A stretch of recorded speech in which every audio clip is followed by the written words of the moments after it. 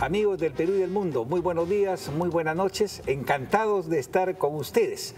Hoy día vamos a, en este primer bloque de unos 20 minutos, vamos a ocuparnos del tema de Siria, del ataque norteamericano con sus aliados y las consecuencias que esto pudiera tener para el mundo. Y luego, en la segunda parte, vamos a darle una breve ojeada a la Cumbre de las Américas y para esto, por supuesto, contamos con el mejor analista internacional que tenemos en el país, el doctor Pancho Tudela, al cual lo vamos a explotar esta noche. Muy bien. ¿No? Bueno, pero acá hay tres muy buenos analistas. Este análisis es superlativo.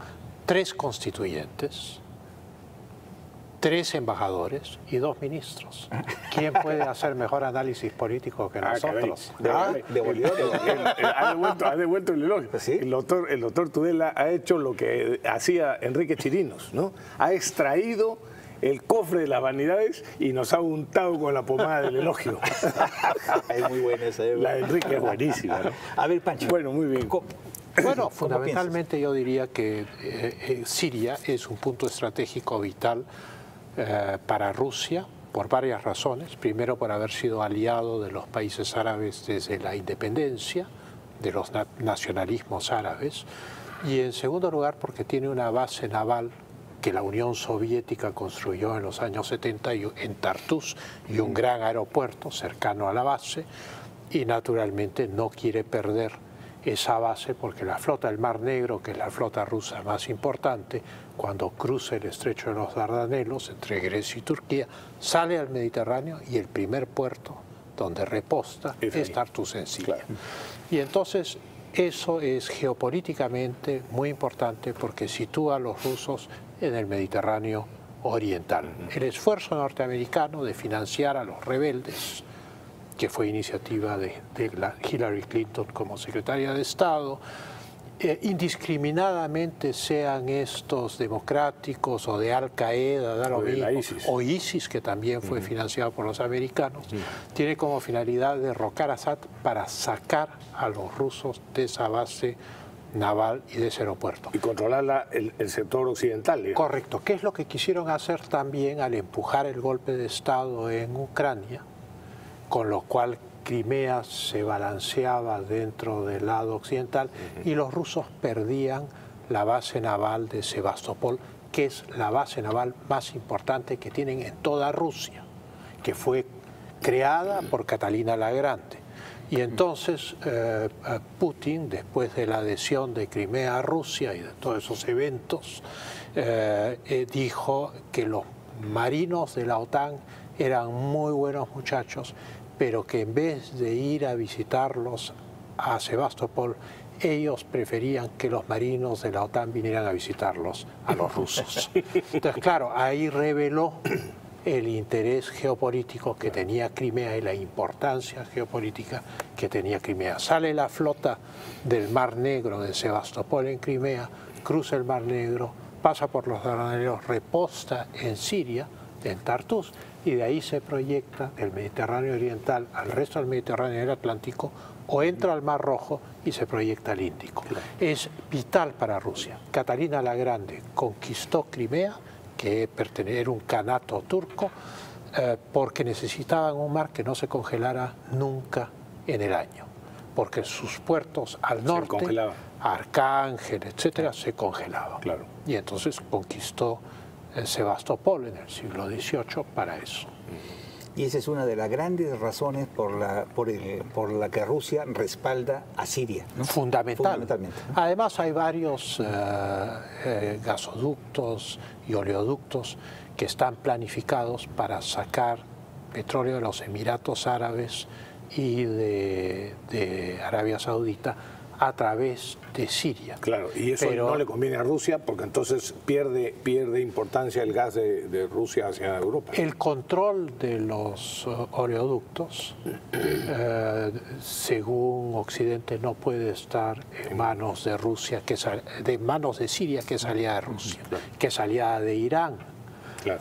Y luego hay sucesos anteriores a este ataque con misiles de antes de ayer que son muy importantes. Hay que resaltar que hace una semana Vladimir Putin, Erdogan, el presidente de Turquía, y Ali Khamenei, el presidente de Irán, se reunieron en Ankara, en la capital de Turquía, e hicieron una cumbre para ver cómo manejaban la situación de Siria. Ahora, Turquía es miembro de la OTAN y aliado de los Estados Unidos, y entonces acá hay un giro, lo que antiguamente se llamaba la reversión de las alianzas.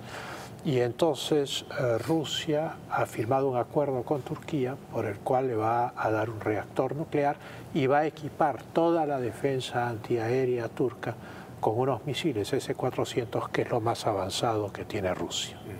Y entonces, claro, eso ha creado mucho desasosiego y creo yo que es uno de los elementos que están detrás de la decisión americana de atacar antes de ayer a Siria. Claro, hay también el ataque con las armas químicas, que están prohibidas, pero en medio de esa guerra civil y de la guerra de propaganda de los dos lados, no se ha podido determinar a ciencia cierta quién tiró el arma química. Naciones Unidas ha mandado un equipo que está en el lugar y que todavía no ha determinado eso.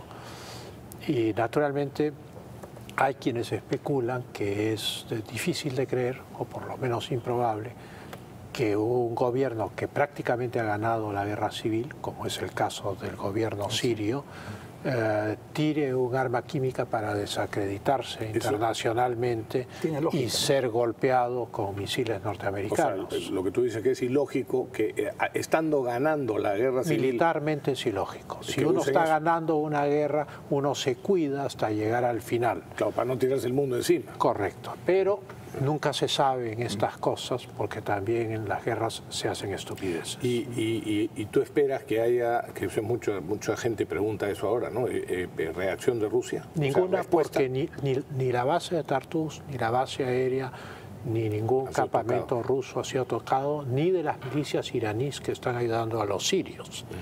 De tal manera que, además, los americanos le avisaron a los rusos, naturalmente no la hora, pero sí que iban a penetrar el espacio aéreo sirio. O sea que los rusos estaban sobre aviso. Y no ha habido bajas en este ataque con hasta los sirios retiraron a su gente de la fábrica. Ha sido un ataque quirúrgico, no hay muertos. Verdaderamente. Lo que significa que incluso el gobierno sirio sabía cuáles eran los probables blancos y sacaron a toda su gente. Sí, pues, ¿no? sí, pues. Y hay muchos equívocos. La gente piensa, por ejemplo, que Damasco ha sido atacada. Damasco no ha sido atacada. Por supuesto. Han sido atacadas dos lugares, dos bases fuera de la ciudad de Homs, al norte de Siria, y ha sido atacado un lugar en las afueras de Damasco, pero la capital misma no ha sido tocada tampoco.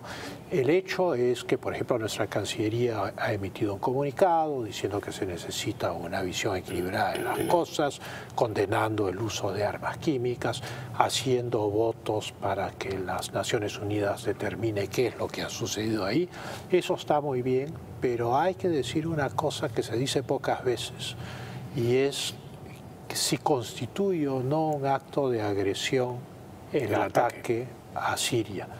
Y de acuerdo a la Carta de las Naciones Unidas, sí, porque el artículo 2 dice: para la realización de los propósitos consignados en el artículo 1, el principal de los cuales es mantener la paz y la seguridad internacionales, la organización y sus miembros procederán de acuerdo con los siguientes principios. Y dice el artículo 4, los miembros de la organización en sus relaciones internacionales se abstendrán de recurrir a la amenaza o el uso de la fuerza contra la integridad territorial o la independencia política de cualquier Estado o en cualquier otra forma incompatible con los propósitos de las Naciones Unidas.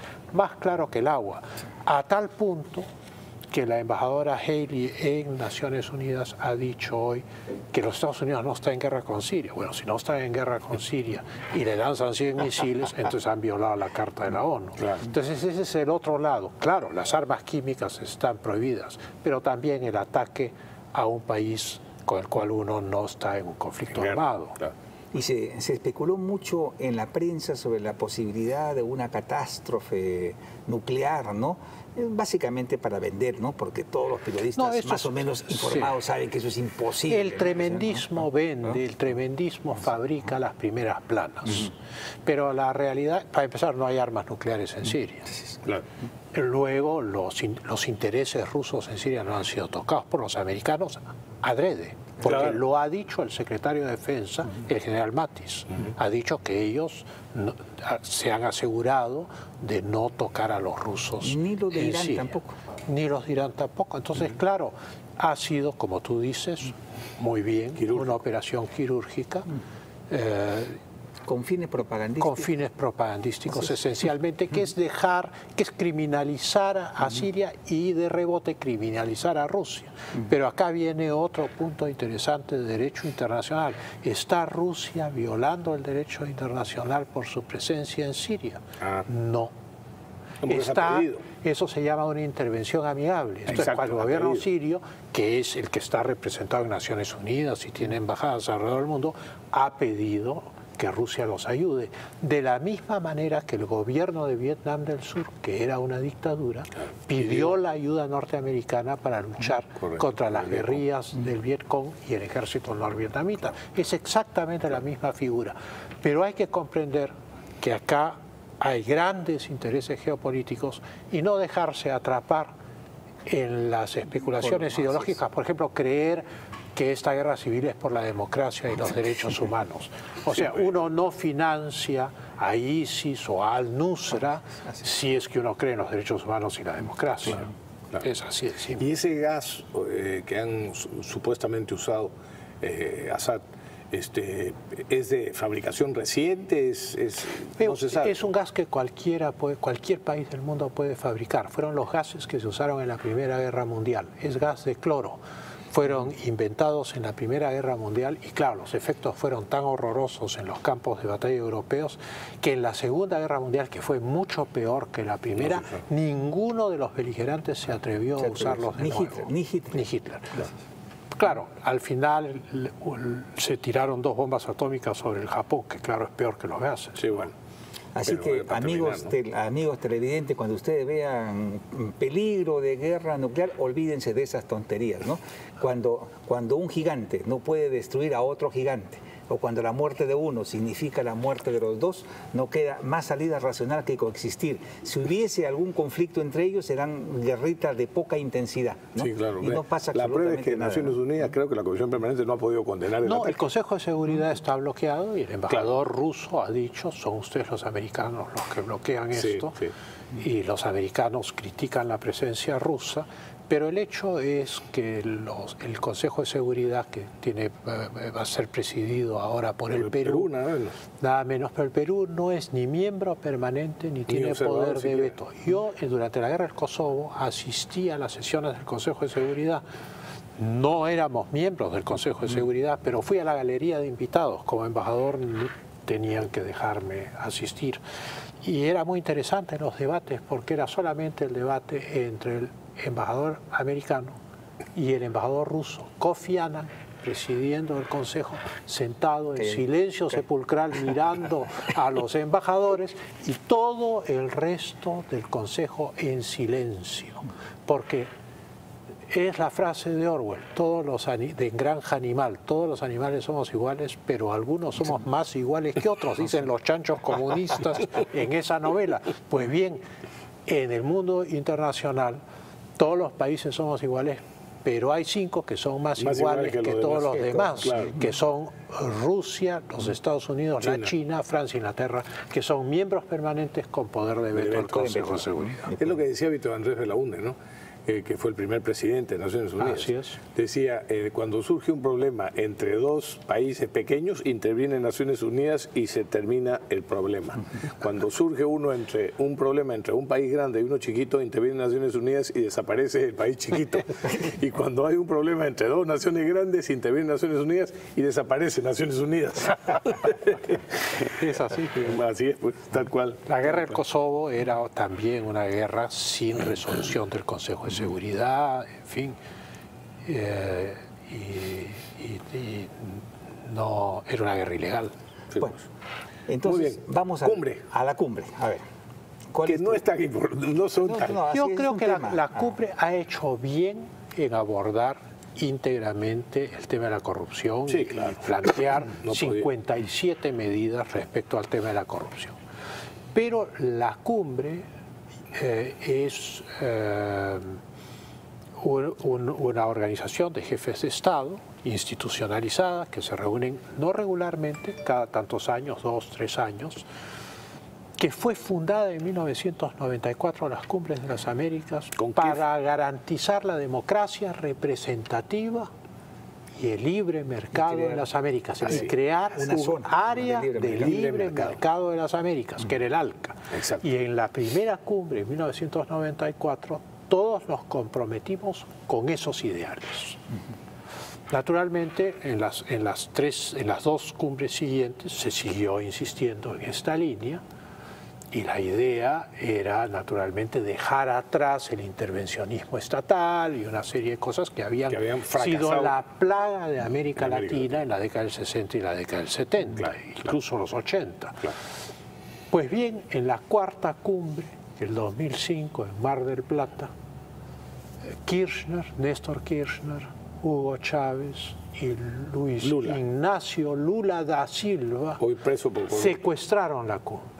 Se lanzaron contra el ALCA, Kirchner dijo que no estaba en la agenda, se contradijo Lula y dijo que había que cambiar de agenda, y total, descarrilaron completamente el asunto, y desde entonces nunca más se ha hablado de una zona de libre comercio en las Américas, ni se ha hablado de la calidad y la forma que debe tener la democracia en América Latina.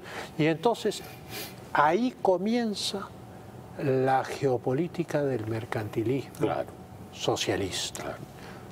Ahí comienza, que nos ha traído a una corrupción espantosa en todo el continente. Correcto. Yo he escrito un artículo para El Comercio que sale, creo que mañana. Sí. Vizcarra, ¿cómo lo escucharon? Estuvo bien, pero nada especial, me parece a mí, ¿no? Es su primera vez, ¿no? Hay que tener, no lo ha hecho mal. Ha estado sobrio, educado, le ha faltado profundidad, sin duda. Exactamente, muy superficial. Profundidad, ideas rectoras, ¿no? Sí. Y aterrizar un poco, ¿no? Pero en líneas generales el Perú ha sido un buen anfitrión, ¿no? Ha sido un buen anfitrión, y el tema está muy bien escogido. Sí. El tema de corrupción y gobernabilidad democrática. Pero la cumbre lo que hace es enfrentar el problema de la corrupción, pero la causa es conceptual.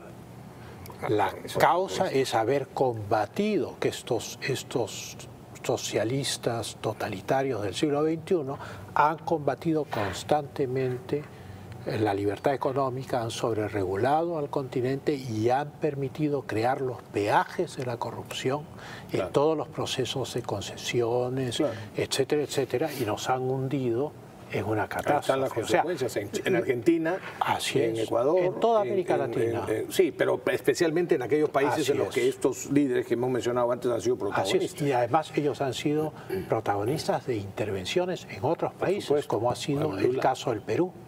Lula ha intervenido en el Perú a través de las constructoras brasileñas.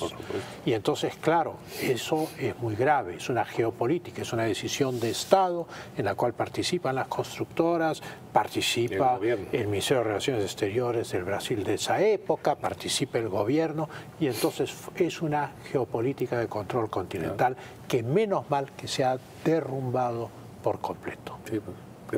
Gracias al juez Moro, dicho sea. Así es. Gracias a la insistencia de esa investigación que duró años hasta que se empezó hasta que se agarró pero queda el grave problema de Venezuela y de Cuba. Y la prueba de cómo se pervirtió las cumbres de las Américas es que en la cumbre anterior, en la séptima cumbre, se dejó de ingresar a Cuba, no siendo un Estado democrático, no siendo un Estado donde hay libertad económica. Era la desnaturalización completa del ideal inicial. Por supuesto. Y bueno, ahora no vino. Mandó un representante que parece que se enfrentó con el vicepresidente americano o le respondió, pero eso no tiene ninguna importancia porque quien se robó el show fue Ivanka Trump. Sí, claro. Se lo robó a Pence, al vicepresidente americano, así es. Bueno, y ahora, sí cometimos un error acá en el tema de la seguridad, que creo yo que empezó con el asunto del reclamo del congresista homosexual Alberto de Belaunde, ¿no?, en apoyo a un transexual que quiso que le pusieran su nombre de mujer siendo hombre, ¿no? Así es. El problema ahí, no, digamos, dejemos de lado las preferencias de las personas. Hablo de la seguridad del Pero evento. el tema es un tema de seguridad. Claro. Yo, cuando registro a alguien, por razones de seguridad, tengo que registrarlo de acuerdo a lo que dicen sus documentos.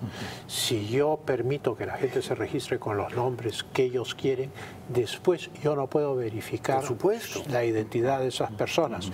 Y esas personas podrían estar engañando al sistema de seguridad y serían inscritos por una concesión a estas presiones.